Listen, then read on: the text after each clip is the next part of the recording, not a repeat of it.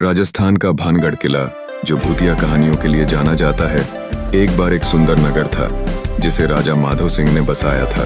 यह नगर अपनी आभा और समृद्धि के लिए प्रसिद्ध था। राजा की रानी रत्नावती की सुंदरता का हर कोई भक्त था। उसका चांद की तरह चमकता चेहरा और हंसती आंखें मानो जादुई थीं। राजा की महल की हर दीवार झूमने वाले फूलों और सुगंधित बागों से सजी थी। लेकिन इस खूबसूरत नगर की कहानी में एक काला अध्याय भी छिपा था। एक दिन भानगढ़ की सुंदर रानी रत्नावती की सुंदरता पर एक काले जादू में माहिर तांत्रिक सिंघिया का ध्यान गया। उसकी मोहकता ने तांत्रिक को पागल कर दिया, लेकिन उसे यह पता था कि रानी उसके प्रेम को कभी स्वीकार नहीं करेगी।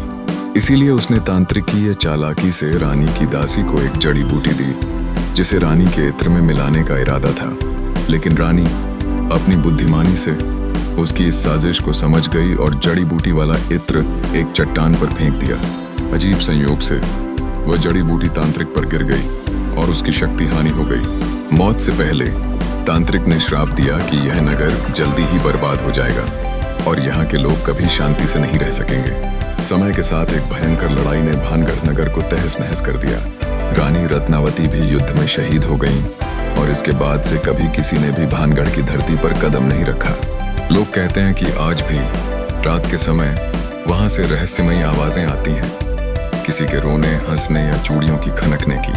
आर्कियोलॉजिकल सर्वे ऑफ इंडिया ने भानगढ़ में शाम 6 बजे के बाद जाने पर प्रतिबंध लगा दिया।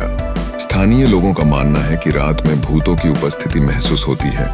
इतिहासकार इसे केवल दंतकथा मानते हैं, लेकिन वहां के खौफनाक वातावरण ने कई लोगों को इसका सच मानने पर मजबूर कर दिया है। क्या भानगढ़ की कहानी सिर्फ एक कहानी है, या वास्तव में इस नगर में छिपा हुआ एक खौफनाक रहस्य है? भानगढ़ का यह रहस्य आज भी अनसुलझा है।